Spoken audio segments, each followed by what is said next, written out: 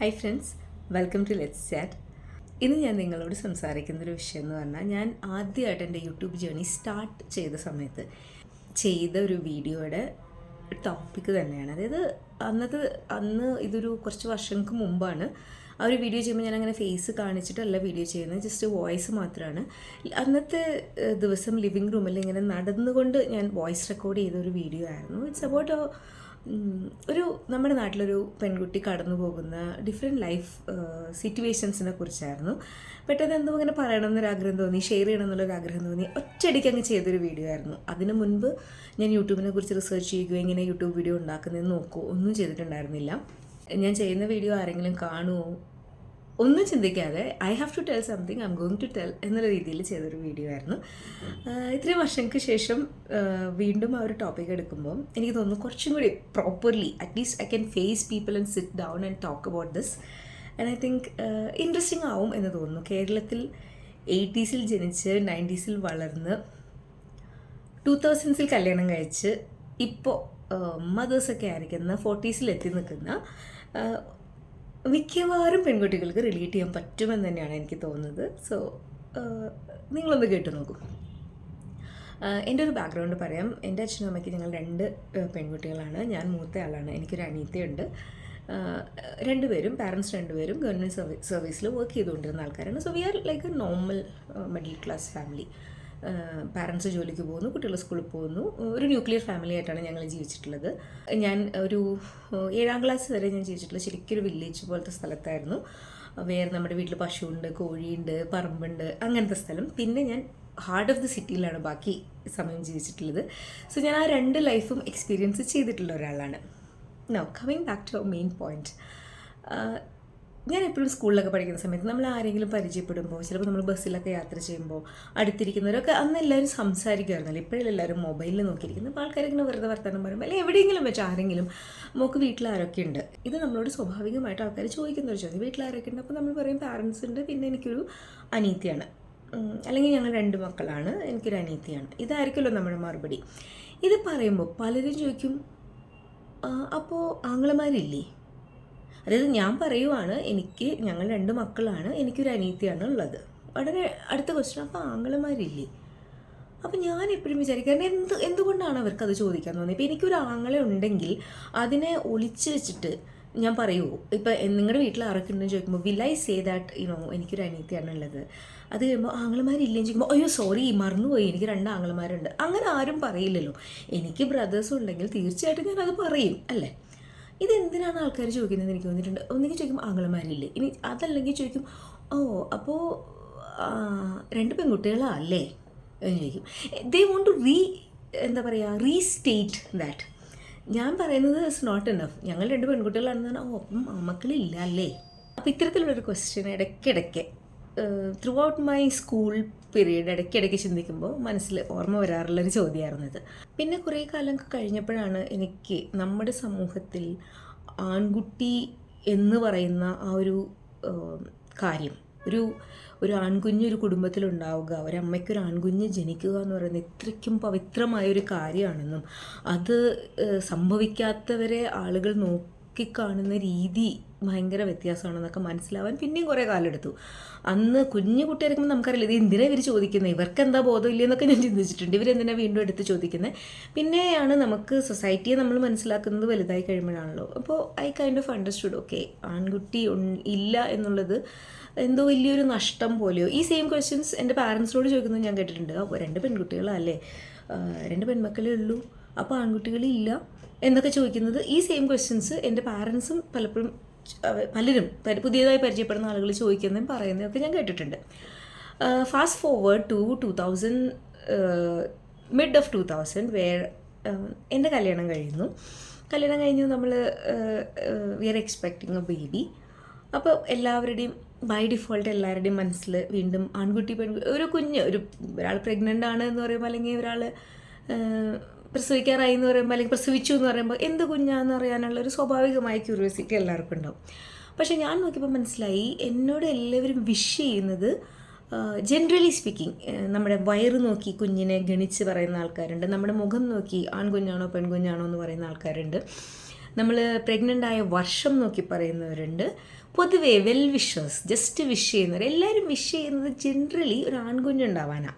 അപ്പോൾ അതിൻ്റെ ഒരു പ്രധാന കാരണം എന്ന് എനിക്ക് മനസ്സിലായത്, ഞങ്ങൾക്ക് 2 പെൺകുട്ടികളായിരുന്നല്ലോ, അപ്പോൾ ഇനി ഒരു ആൺകുഞ്ഞിനെ കാണണ്ടേ, ഒരു ആൺകുഞ്ഞിൻ്റെ കാല് കാണണ്ടേ എന്നൊക്കെയുള്ള കുറേ കാര്യങ്ങൾ. എപ്പോഴും ഞാൻ വിചാരിച്ചു എന്താണാവോ ഇങ്ങനെ. എഗെയിൻ ഞാൻ ഒരുപാട് തോട്ട് അതിന് കൊടുത്തില്ല. ആൻഡ് ഐ സ്റ്റിൽ റിമെമ്പർ, ഞാൻ 7 മാസം വരെ ഞങ്ങൾ ബാംഗ്ലൂരിലായിരുന്നു. I was working. ദെൻ നമ്മൾ പ്രസവത്തിനാണല്ലോ വീട്ടിൽ പോകുന്നത്. അങ്ങനെ വീട്ടിൽ ചെന്നപ്പം ഡെലിവറിയോട് അടുത്ത് വരുന്ന സമയത്ത് നമ്മളെ ഹെൽപ്പ് ചെയ്യാനായിട്ട് അമ്മ ഒരു ചേച്ചീനെ ഏർപ്പാടാക്കിയിട്ടുണ്ട്. അപ്പോൾ ഈ ചേച്ചി പ്രസവിച്ച് കഴിഞ്ഞാൽ വന്ന് അമ്മയും കുഞ്ഞിനെയും കുളിപ്പിക്കും, അങ്ങനെ കുറച്ച് കാര്യങ്ങളൊക്കെ ചെയ്യും ആ രീതിയിൽ. അപ്പോൾ ഈ ചേച്ചി എന്നെ കാണാൻ വരും. അപ്പോൾ ഞാൻ പ്രഗ്നൻ്റ് ആണ്, പ്രസവിച്ചിട്ടില്ല. പിന്നെ ചേച്ചി ഇങ്ങനെ അടിമുടി ഒരു നോട്ടാണ് കേട്ടോ. നമ്മളിങ്ങനെ 7 മാസം 8 മാസമൊക്കെ ആയിട്ട് വയറൊക്കെ വെച്ചിങ്ങനെ ഇരിക്കും. അപ്പം നമ്മളിങ്ങനെ ഒഴിഞ്ഞ് നോക്കിയിട്ട്, മഞ്ഞളധികം വാങ്ങിക്കണ്ട. അപ്പോൾ എന്തിനാണെന്ന് ചോദിച്ചപ്പം, മഞ്ഞളൊക്കെ തേച്ചാണ് പ്രസവിച്ച് കഴിഞ്ഞ പെണ്ണിനെയും കുഞ്ഞിനെയും കുളിപ്പിക്കുന്നത്. പക്ഷെ മഞ്ഞൾ അധികം വാങ്ങിക്കേണ്ട, കാരണം കൊച്ച് ആൺകുട്ടിയാണ്. അപ്പോൾ ആൺകുട്ടിയാണെങ്കിൽ പിന്നെ മഞ്ഞൾ തേച്ച് ഭാവിയിൽ ആ കുട്ടിക്ക് മീശ വളരാതിരുന്നാലോ എന്നൊക്കെയുള്ള കൺസേൺ കാരണം ചേച്ചി അങ്ങനെയൊക്കെ പറഞ്ഞു പോയി. എന്തായാലും ഞാൻ പ്രസവിച്ചു. അതൊരു പെൺകുഞ്ഞായിരുന്നു. അപ്പം പ്രസവം കഴിഞ്ഞപ്പോൾ ഈ ചേച്ചിയുടെ മുഖത്ത് ഭയങ്കര ഒരു ഇച്ഛാഭംഗമായിരുന്നു. കാരണം ഞാൻ പറഞ്ഞത് എങ്ങനെ തെറ്റിപ്പോയി, എൻ്റെ വയർ അസസ്മെൻറ്റ് എങ്ങനെ തെറ്റിപ്പോയി എന്നൊക്കെ ആ ചോദ്യങ്ങളൊക്കെ ആളുടെ മുഖത്തുണ്ടായിരുന്നു. അത് കഴിഞ്ഞ് ഞാൻ ഇവരായിട്ട് കുറേയധികം ടൈം സ്പെൻഡ് ചെയ്യേണ്ടി വരുമല്ലോ, ഇവർ നമ്മളെ പല കാര്യങ്ങളും ഹെൽപ്പ് ചെയ്യുന്നു ഒക്കെ ചെയ്യുന്നു. അപ്പോൾ ഇവരെന്നോട് ഇരുന്ന് പറയുന്ന ഒരു കാര്യമാണ്, മോളെ എപ്പോഴും ആദ്യത്തെ കുട്ടി ആൺകുട്ടിയാവുന്നതാണ് നല്ലത്. അപ്പോൾ ഞാൻ ചോദിച്ചു അതെന്തുകൊണ്ടാണ്? നമുക്ക് ആ രണ്ടാമത്തെ പ്രഗ്നൻസിയിലും പ്രസവത്തിലുള്ള ടെൻഷൻ നമുക്ക് ഒഴിവാക്കാമല്ലോ എന്ന് പറഞ്ഞു. അപ്പം ഞാൻ ചോദിച്ചാൽ ചേച്ചി എന്താ ഉദ്ദേശിച്ചത്? അല്ല, നമ്മളിപ്പോൾ ആദ്യത്തെ ആൺകൊച്ചായ നമുക്ക് സമാധാനം, നമുക്കൊരു ആൺകൊച്ചായല്ലോ, പിന്നെ രണ്ടാമത്തെ ആണായാലും കുഴപ്പമില്ല, പെണ്ണായാലും കുഴപ്പമില്ല. ഞാൻ 2 പെൺമക്കളുടെ അമ്മയാണ്, ഈ ചേച്ചി പറയാം. അപ്പോൾ എനിക്ക് ആ ടെൻഷൻ അറിയാം. അങ്ങനെ ഞാൻ പ്രാർത്ഥിച്ചും നേർച്ച നേർന്നും എന്തൊക്കെ ചെയ്യാമോ അതൊക്കെ ചെയ്ത് എന്നെ 2 പെൺമക്കൾക്കും ആൺകുട്ടികളുണ്ടായി. അപ്പോൾ ചേച്ചി അച്ചീവ്ഡ് സംതിങ്. ഓക്കെ. അപ്പോൾ ചേച്ചി പറയണേ, ഈ രണ്ടാമത്തെ കുഞ്ഞിനെ പ്രഗ്നൻ്റ് ആകുമ്പോൾ ഒരു ടെൻഷനാണ്, ഇനി കഷ്ടകാലത്തിനെങ്ങാനും ഇതും കൂടെ പെണ്ണായിപ്പോയാലോ, പ്രസവത്തിന് മുറിയിലോട്ടങ്ങ് നിങ്ങളെ കയറ്റിക്കഴിഞ്ഞ് പുറത്ത് നിൽക്കുന്നവരുടെ ഒരു ടെൻഷൻ, അതൊക്കെ ഒഴിവാക്കാൻ എപ്പോഴും നല്ലത് ആദ്യത്തെ ആൺകുട്ടിയാവുന്നതാണ്. I did not have the heart to tell her anything. ഇവരോടൊന്നും പറഞ്ഞ് മനസ്സിലാക്കാനൊന്നും പറ്റുന്നവരല്ല. അതുകൊണ്ട് ഞാനത് വിട്ടു. അങ്ങനെ ഒരു 4 years ഒക്കെ ഒരു 3.5 years കഴിഞ്ഞപ്പോൾ ഞാൻ രണ്ടാമത് പ്രഗ്നൻ്റ് ആയി. Again wishes are pouring in, this time very strongly. എന്തായാലും ഒരു ആൺകുഞ്ഞ് തന്നെ വരട്ടെ, എന്തായാലും ഭഗവാൻ, എനിക്കിപ്പോഴും ഓർക്കുന്നുണ്ട് ഒരു ആൻറ്റിയുടെ വിഷയം, ഭഗവാൻ കൃഷ്ണനെ പോലൊരു കുഞ്ഞ്. അപ്പോൾ ആരും രാധയെപ്പോലൊരു കുഞ്ഞെന്ന് വിഷയമൊന്നും ഞാൻ കേട്ടിട്ടില്ല. ശ്രീരാമനെ പോലൊരു കുഞ്ഞ്, ശ്രീകൃഷ്ണനെ പോലൊരു കുഞ്ഞ് എന്നേ എല്ലാവരും പറയാറുള്ളൂ. അപ്പോൾ അങ്ങനെയൊക്കെ പലരുടെയും വിഷസ് ഇങ്ങനെ വന്നുകൊണ്ടിരിക്കുന്നു. എല്ലാവരും in general expecting A boy somehow because you have A girl. I think every one expects the second one two B of the opposite gender. May be ആൺകുട്ടി ഉണ്ടായ ഒരാൾക്കും ചിലപ്പോൾ പെൺകുഞ്ഞ് വേണമെന്നായിരുന്നിരിക്കാം അവരുടെ എക്സ്പെക്റ്റേഷൻ, അല്ലെങ്കിൽ അതാവും എന്നായിരുന്നിരിക്കാം അവരുടെ expectation.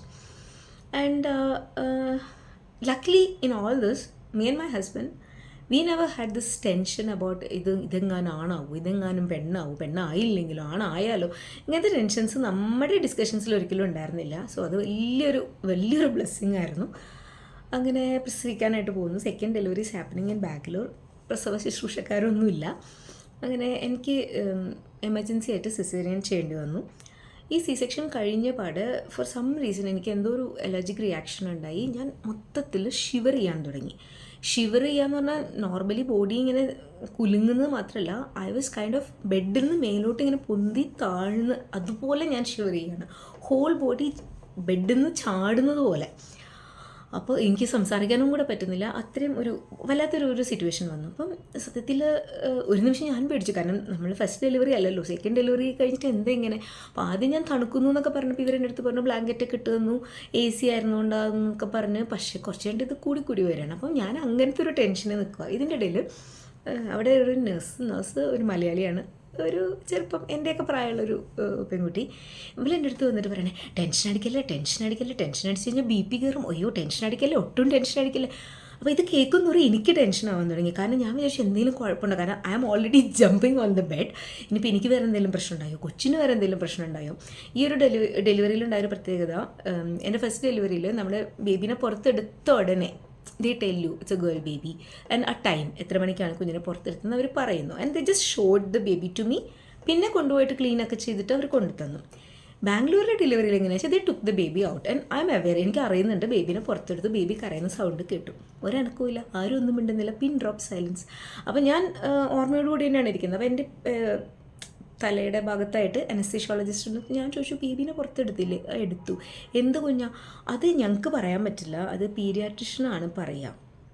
And I M like I am the mother. I have every right to know about my baby once the baby is out. പക്ഷേ അയാൾ എനിക്ക് തോന്നുന്നു ആ പീഡിയാട്രിഷ്യൻ അത്യാവശ്യം ഒരു ഭയങ്കര സ്ട്രിക്റ്റ് ആയിട്ടുള്ളൊരു മുരടനായ മനുഷ്യനായതുകൊണ്ട് ഇവർക്ക് ആർക്കും മിണ്ടാൻ ധൈര്യമില്ല. പിന്നെ പുള്ളിക്കാരൻ കൊണ്ടുപോയി കൊച്ചിനെ തുടപ്പിച്ച് വൃത്തിയാക്കി കവർ ചെയ്ത് ഇങ്ങനെയൊക്കെ പിടിച്ച് കൊണ്ടുവന്നിട്ട് here is your baby girl എന്ന് പറഞ്ഞാൽ അപ്പോൾ ഒരു 10-15 മിനിറ്റ് കഴിഞ്ഞിട്ടാണ് എന്ത് കുട്ടിയാണെന്ന് ഞാൻ അറിയുന്നത്. അപ്പോൾ എനിക്ക് ഇനിയിപ്പോൾ ഈ കൊച്ചിനെ ഞാൻ മുഴുവനോടെ കണ്ടിട്ടില്ല, പൊതിഞ്ഞിട്ടാ കണ്ട്. കുട്ടിക്ക് വല്ല കുഴപ്പമുണ്ടോ, ഇവരെന്തിനാ എന്നോട് ടെൻഷൻ അടിക്കില്ലേ എന്ന് പറയുന്നതെന്ന് ആലോചിച്ചിട്ട് എനിക്കൊരു ഐഡിയ കിട്ടുന്നില്ല. അപ്പോൾ ഞാൻ ചോദിച്ചു എന്താ പ്രശ്നം? അല്ല, രണ്ടാമത്തെ കുട്ടിയും പെൺകുട്ടി അതുകൊണ്ട് ടെൻഷനൊന്നും അടിക്കല്ലേ, ടെൻഷൻ അടിച്ച് കഴിഞ്ഞാൽ പി കയറും, പിന്നെ ഭയങ്കര പ്രശ്നമാവും. ഭയങ്കര ആത്മാർത്ഥമായിട്ടോ അവർ പറയുന്നുണ്ടായിരുന്നത്. അപ്പോഴാണ് എനിക്ക് മനസ്സിലായത്, അവർ പറഞ്ഞു ഞാനിത് പലർക്കും ഇങ്ങനെ കണ്ടിട്ടുണ്ട്, അപ്പോൾ നിങ്ങൾക്ക് ആദ്യത്തെ പെൺകുട്ടിയല്ല, അപ്പോൾ രണ്ടാമത്തെയും പെൺകുട്ടി ആയതുകൊണ്ട് ഞാനെങ്ങാനും ടെൻഷൻ അടിച്ച് എൻ്റെ ബി എങ്ങാനും കയറിയാലോ എന്ന് ഓർത്തിട്ട് വളരെ സ്നേഹത്തോടെ ആ നഴ്സ് കുട്ടി എന്നോട് പറഞ്ഞു തന്ന കാര്യമായിരുന്നത്. ഇതൊക്കെ സമൂഹത്തിൻ്റെ ഒരു കട്ട് സെക്ഷനാണ് ഐഡിയലി സ്പീക്കിംഗ്. അല്ലാതെ ഇത് ആ ഒരു നഴ്സിൻ്റെ കുഴപ്പമോ അല്ലെങ്കിൽ ആ പ്രസവം നോക്കി ചേച്ചിയുടെ കുഴപ്പമല്ല. അവരൊക്കെ അനുഭവിച്ചത് കൊണ്ടാണ്, അത് മറ്റൊരാൾക്ക് വരല്ലേ എന്നുള്ളൊരു ആത്മാർത്ഥമായ സ്നേഹത്തോടെയാണ് ഇവരിതൊക്കെ പറയുന്നത്. അത് കഴിഞ്ഞ് നമ്മൾ കുഞ്ഞൊക്കെ ഈ വീട്ടിലൊക്കെ വന്ന് കുറച്ച് കഴിഞ്ഞ് പിന്നെ നമ്മൾ നമ്മുടെ നാട്ടിലുള്ള ആൾക്കാരെ ബന്ധുക്കളെയൊക്കെ കാണുന്നത് കുറച്ച് മാസങ്ങൾക്ക് ശേഷമാണ്. കുഞ്ഞിൻ്റെ മാമോദിസയും കാര്യങ്ങൾക്കൊക്കെ ആയിട്ട് again you get these kind of ഒരു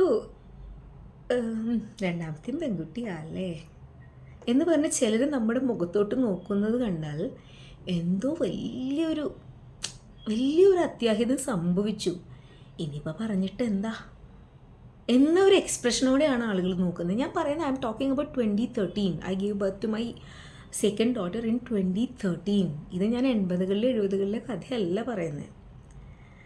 പക്ഷേ ഇതായിരുന്നു പലരുടെയും റിയാക്ഷൻ. ഇങ്ങനെയായിരുന്നു. പലരും പറഞ്ഞില്ല, പറയാതിരുന്നു. അവരുടെ മുഖഭാവത്തു നിന്ന് എനിക്ക് മനസ്സിലായി ചിലർ ആത്മാർത്ഥമായി എൻ്റെ ദുഃഖത്തിൽ സഹകരിച്ചു, എൻ്റെ വിഷമത്തിൽ പങ്കുചേർന്നു, അങ്ങനെയൊക്കെ. ഇത് കഴിഞ്ഞിട്ടാണ് അടുത്ത എനിക്ക് ഏറ്റവും ഫണ്ണിയായി തോന്നിയിട്ടുള്ള കാര്യം ഇതിന് ശേഷമാണ് വരുന്നത്. 2 പേരായിട്ടോ എന്നോട് ഇത് ചോദിച്ചത്. 2 പേരെന്ന് പറഞ്ഞാൽ ക്ലോസ് റിലേഷൻ ആണോ എന്ന് ചോദിച്ചാൽ അല്ല, ബട്ട് നമുക്ക് ക്ലോസ് റിലേഷൻ 2 സൈഡിൽ നിന്നും ഉണ്ടാവുമല്ലോ, ഹസ്ബൻഡിൻ്റെ സൈഡിൽ നിന്നും നമ്മുടെ സൈഡിൽ നിന്നൊക്കെ ഉണ്ടാവുമല്ലോ. അത്യാവശ്യം ക്ലോസ് ആയിട്ടുള്ള റിലേഷനിലുള്ള 2 ആൻറ്റിമാരാണ് ചോദിക്കുന്നത്. എൻ്റെ അടുത്ത് വന്ന് ഭയങ്കര കാര്യമായിട്ട് നിർത്തിയോ? അപ്പോൾ എനിക്ക് മനസ്സിലായി എന്താ ചോദിച്ചതെന്ന്. പ്രസവം നിർത്തിയോ എന്നാണ് ചോദിക്കുന്നത്. അപ്പോൾ it's A very very personal thing. ഇത് അവരോട് ഷെയർ ചെയ്യാനുള്ളൊരു താല്പര്യം എനിക്കില്ല. But when somebody is asking you something like that, seriously നമുക്കറിയില്ല സമയത്ത് ഇവരോട് എന്താ പറയേണ്ടതെന്ന് നമുക്കറിയില്ല. അപ്പോൾ ഞാൻ പറഞ്ഞു ഇല്ല. അപ്പോൾ കുഴപ്പമില്ല, ഇനിയും നോക്കാമല്ലോ. അഗെയിൻ കല്യാണം കഴിച്ച് ഒരു ജീവിതം നയിക്കുമ്പോൾ എത്ര കുഞ്ഞുങ്ങൾ വേണം, എപ്പോൾ വേണം, എങ്ങനെ വേണം എന്നൊക്കെ ചിന്തിക്കുകയും ഡിസ്കസ് ചെയ്യുകയും തീരുമാനം എടുക്കുകയും ചെയ്യേണ്ടത് 2 പേരാണ്. ഇതറിയാത്തവരാണ് ആൾക്കാരെന്ന് എനിക്ക് തോന്നുന്നില്ല. ആ 2 പേര് ഭർത്താവും ഭാര്യയും മാത്രമാണ്.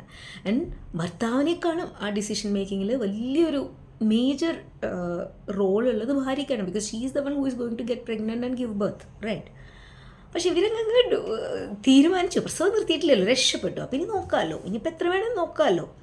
എത്ര വേണം നമ്മൾ നോക്കുന്നത് എന്തിനാണെന്ന് നമുക്ക് അറിയാമല്ലോ. അൺടിൽ യു സി എ ആൺകുഞ്ഞിക്കാല്. ഇതിങ്ങനെ തുടർന്ന് പോയിക്കൊണ്ടിരിക്കുന്നു. ലക്കിലി ഐ വുഡ് സേ ഇപ്പം ഞാൻ ഒരു 16 വർഷമായിട്ട് ബാംഗ്ലൂർ സെറ്റിൽഡാണ്. ഇവിടെ അധികം ആൾക്കാർ ഇപ്പോഴത്തെ നമ്മുടെ കോണ്ടംപററീസായിട്ട് ഇവിടെ താമസിക്കുന്നവർ ആരുടെയും വായെന്ന് ഞാൻ ഇങ്ങനെ കേൾക്കാറില്ല. മറിച്ച് ഇവിടെ മിക്കവാറും ഒരു കുഞ്ഞുള്ള ആൾക്കാരാണ്. അപ്പോൾ that one kid could be a boy or A girl. പിന്നെ 2 മക്കളുള്ളവരുണ്ട്. അത് മിക്കവാറും എൻ്റെ ഫ്രണ്ട്സ് എന്ന് പറയുന്ന എല്ലാവരും ക്ലോസ് സർക്കിളിലുള്ള ഫ്രണ്ട്സിന് എല്ലാവർക്കും 2 ബോയ്സ് ആണുള്ളത്. I am the one with 2 girls. ഞങ്ങൾക്കതൊരിക്കലും ഒരു ഇഷ്യൂ ആയിട്ട് ഞാനൊരിക്കലും അവരോട് അയ്യോ 2 ആണായതുകൊണ്ട് നിങ്ങൾക്ക് ശ്രമിക്കായിരുന്നില്ലേന്നോ നിർത്തിയോ എന്ന് അന്വേഷിക്കാൻ പോയിട്ടില്ല. അവർ എന്നോട് ചോദിക്കാൻ വന്നിട്ടില്ല. ഒരിക്കലും ഈ ഒരു ജെൻഡർ അങ്ങനെ ഒരു ഇഷ്യൂ ആവുന്നതായിട്ട് എനിക്ക് തോന്നിയിട്ടില്ല. I am so thankful for that. കാരണം I want the society to think in terms of boy ആയാലും ഗേൾ ആയാലും ഉണ്ടാവുന്ന കുഞ്ഞിന് ആരോഗ്യം ഉണ്ടാവട്ടെ, നന്നായിരിക്കട്ടെ എന്ന് ചിന്തിക്കുന്ന ഒരു ലോകം എന്ന് വരും എന്ന് വെയിറ്റ് ചെയ്തിരിക്കുകയാണ് ഞാൻ. അപ്പോൾ എനിക്ക് ബാംഗ്ലൂരിൽ ഇപ്പം എൻ്റെ ചുറ്റുമുള്ളവരാരും എന്നോട് ഇതേക്കുറിച്ച് ചോദിക്കാറില്ല. അപ്പോൾ എനിക്ക് തോന്നുന്നു നമ്മുടെ ജനറേഷനുള്ളവരല്ല, നമ്മുടെ പാരൻസിൻ്റെ ജനറേഷൻ, നമ്മുടെ ആൻറ്റിമാർ, അമ്മായിമാർ, ചെറിയമ്മമാർ, ആ ജനറേഷനുള്ളവർ അവർക്കാണ് ഇതിൽ കൂടുതൽ കൺസേൺ. ആൻഡ് അവർക്കാണ് ഇതിൽ ഭയങ്കര എന്താ പറയുക, അഗീതവമായ ഖേദം ഇവർക്കാണുള്ളത് കേട്ടോ. എന്തിനാണ് ഇവർ ഇത്തിരി വിഷമിക്കുന്നതെന്ന് എനിക്ക് ഒരു ഐഡിയ ഇല്ല. നമ്മളാരെങ്കിലും നമ്മുടെ ഈ നമുക്കുണ്ടായ 2ാമത്തെ പെൺകൊച്ചിനെയും കൊണ്ട് ഇവരുടെ വീട്ടിൽ സഹായം ചോദിക്കാൻ പോവുകയോ, അല്ലെങ്കിൽ നമുക്കുണ്ടായ ആദ്യത്തെ പെൺകൊച്ചിനെ 2ാമത്തെ പെൺകൊച്ചിനെയും വെച്ച് നമ്മളിരുന്ന് കരയുകയോ ഒന്നും ചെയ്യുന്നില്ല. പിന്നെ എന്തിനാണ് ഇവരിത്രയും വേദനിക്കുന്നതെന്ന് അറിയില്ല.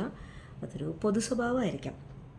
ഇനി again fast forwarding, I lost my father 2016 so ഞങ്ങൾ 2 പെൺകുട്ടികളും ബാംഗ്ലൂരാണ്. ആൻഡ് അമ്മ അപ്പോൾ നാട്ടിൽ തനിയാവുന്നൊരു സിറ്റുവേഷൻ വന്നു. My mother was managing it. അപ്പോൾ ഇതെന്നോട് ചോദിച്ചത് എൻ്റെ വളരെ ക്ലോസ് റിലേഷനിലുള്ള ഒരു വ്യക്തിയാണ്. അപ്പോൾ അവരെൻ്റെ അടുത്ത് ചോദിച്ചു, അമ്മ ഇപ്പം എങ്ങനെ ആരാ ഉള്ളത് അമ്മയുടെ കൂടെ? ഞാൻ പറഞ്ഞു അമ്മയുടെ കൂടെ ഇപ്പോൾ ആരുമില്ല, അമ്മ തനിച്ചാണ്. ഇതിനാണ് ആൺകുട്ടികൾ വേണമെന്ന് പറയുന്നത്. ആൺകുട്ടി ഇപ്പോൾ അവിടെ ഒരു ആൺകുട്ടി ഉണ്ടെങ്കിൽ അവനോട് നാട്ടുകാർ ചോദിക്കും, നീ എന്താ നിൻ്റെ അമ്മയെ തനിച്ച് നിർത്തിയേക്കുന്നത്? അച്ഛൻ മരിച്ചിട്ട് നീ എന്തുകൊണ്ട് അമ്മയെ തനിച്ച് നിർത്തിയേക്കുന്നത് എന്ന് നാട്ടുകാർ അവനോട് ചോദിക്കും. Then he will be force to come and stay with അമ്മ ഓർ ടേക്ക് അമ്മ അലോങ് വിത്ത് ഹിം. പക്ഷെ നിങ്ങൾ 2 പെൺകുട്ടികളല്ലേ, നിങ്ങൾക്ക് ആ കടമയൊന്നും ഇല്ലല്ലോ. എനിക്ക് മനസ്സിലാവാത്തൊരു കാര്യം, നമ്മൾ ഓർഡർ ചെയ്യുന്നതിനനുസരിച്ച് ഡെലിവറി ചെയ്യുന്ന ആമസോൺ ഡെലിവറി സിസ്റ്റം വല്ലതും ആണോ ആൺകുഞ്ഞ് പെൺകുഞ്ഞ് എന്ന് പറയുന്നത്? ഇപ്പം നമുക്ക് ആമസോണിൽ നിന്ന് ഒരു സാധനം വേണമെന്നുണ്ടെങ്കിൽ നമ്മൾ ഓർഡർ ചെയ്യും, ആ സാധനമാണ് നമുക്ക് ഡെലിവറി ചെയ്യണം. അങ്ങനെയല്ലല്ലോ ഒരു കുഞ്ഞ് ജനിക്കുന്നത്. മെഡിക്കൽ സയൻസ് എത്രമാത്രം ഇവോൾവ് ചെയ്തു എന്ന് പറഞ്ഞാലും നാച്ചുറലി പ്രഗ്നൻ്റ് ആവുന്ന ഒരു വുമൻ്റെ അല്ലെങ്കിൽ ഒരു കപ്പിളിൻ്റെ ബേബിയുടെ ജെൻഡർ ഡിസൈഡ് ചെയ്യാനായിട്ട് നമുക്കിതുവരെ സാധിച്ചിട്ടില്ല. ഓക്കെ, IVF പോലെയുള്ളതിലൊക്കെ നമുക്ക് അതിനുള്ള ചില ഓപ്ഷൻസ് ഉണ്ട്, but otherwise it's not possible. So is it your privilege or is it your credit or is it your I don't know what that you had a baby boy and somebody else had a baby girl? And ഞാൻ ഇങ്ങനെ കൂടെ കേട്ടിട്ടുണ്ട് കേട്ടോ, അമ്മയുടെ ഇത് തന്നെയാണ് മക്കൾക്ക് കിട്ടിയത്. അതായത് എൻ്റെ അമ്മയ്ക്ക് 2 പെൺകുട്ടികളായിരുന്നു, എനിക്ക് 2 പെൺകുട്ടികൾ. അമ്മയുടെ വരം തന്നെ മോൾക്ക് കിട്ടിയത്.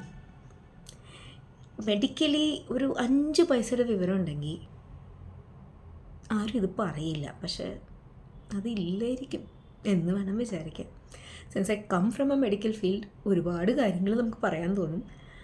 പിന്നെ അഗെയിൻ നമ്മൾ പാത്രം അറിഞ്ഞ് വേണം വിളമ്പാൻ എന്ന് പറയുന്ന പോലെ ഇതൊക്കെ പറഞ്ഞിട്ട് കാര്യമുള്ളവരുടെ അടുത്ത് പറയാൻ പോകാൻ പാടുള്ളൂ, അല്ലെങ്കിൽ it's better to keep quiet. ഇനി ഈ ഒരു ടോപ്പിക് വൈൻഡപ്പ് ചെയ്യുന്നതിന് മുൻപ്, എൻ്റെ വീട്ടിൽ 2ാമതൊരു പെൺകുഞ്ഞ് ജനിച്ചപ്പോൾ ആസ് എ ഫാമിലി നമ്മളതിനെ എങ്ങനെയാണ് കണ്ടത് എന്നും കൂടെ ഒന്ന് ഷെയർ ചെയ്യാമെന്ന് എനിക്ക് തോന്നി. ഞാൻ പറഞ്ഞല്ലോ, ഹോസ്പിറ്റലിൽ ഞാനിങ്ങനെ ഈ നേഴ്സും കൂടെ പറഞ്ഞിട്ട് ഞാൻ ആകെ, എനിക്ക് കുഞ്ഞിൻ്റെ കുഴപ്പം അല്ല എന്നറിയുന്നവർ എനിക്കൊരു സമാധാനമില്ല. So I M waiting for my husband to come in. And ഞാൻ അപ്പോൾ ചോദിക്കുന്നത്, എല്ലാം ഉണ്ടോ, കയ്യും കാലും വിരലൊക്കെ ഉണ്ടോ കുട്ടിക്ക്? എനിക്ക് എന്താ ചിന്തിക്കേണ്ടതെന്ന് അറിയുന്നില്ല. നമ്മുടെ ആ ഒരു പോസ്റ്റ് പാർട്ടം മൈൻഡിൽ ഞാനിങ്ങനെ ഇവരെന്നോട് ടെൻഷൻ അടിക്കേണ്ട, ചിലപ്പോൾ ഇവരെന്നോട് പറയാത്തതാണെങ്കിലോ എന്നൊക്കെ വിചാരിച്ചപ്പോൾ കുഴപ്പമൊന്നുമില്ല, കുഞ്ഞിന് കുഴപ്പമൊന്നുമില്ല. And he said this beautiful thing. എൻ്റെ ഹസ്ബൻഡിനെ കുറിച്ച് ഞാൻ ചിന്തിക്കുമ്പോൾ എനിക്ക് ഭയങ്കര പ്രൗഡായിട്ട് ഫീൽ ചെയ്തൊരു കാര്യമായിരുന്നു. എക്സാക്ട് സെൻറ്റൻസ് അല്ല ഞാനിപ്പോൾ പറയുന്നത്, ഐ ഡോണ്ട് റിമെമ്പർ ദ, കാരണം ഞാൻ പകുതി ഒരു സർജറിയിൽ നിന്ന് പുറത്ത് വരുന്നത്. But the gist of it was, God wanted to send a girl down to earth and ആ കുഞ്ഞിനെ ഒരു വ്യത്യാസവും ഇല്ലാതെ ആക്സെപ്റ്റ് ചെയ്യുമെന്ന് ഉറപ്പുള്ളൊരു ഫാമിലിക്കാണ് ആ കുഞ്ഞിനെ കൊടുക്കുന്നത്. So we are that family. നമ്മുടെ 2ാമത്തെ കുഞ്ഞ് പെണ്ണായതുകൊണ്ട് വേറെ ഒരു വ്യത്യാസവും ചെയ്യാൻ പോകുന്നില്ല. അല്ലെങ്കിൽ രണ്ടാമത്തെ കുഞ്ഞ് നമുക്കൊരു ആൺകുഞ്ഞായാലും നമ്മൾ ഇതിലപ്പുറം ഒന്നും ചെയ്യാൻ പോകുന്നില്ല. Will take it in the same way. അപ്പോൾ ഐ വാസ് റിലീവ്ഡ്. എനിക്ക് പ്രധാനപ്പെട്ട കാര്യം അതാണല്ലോ, what is he thinking about.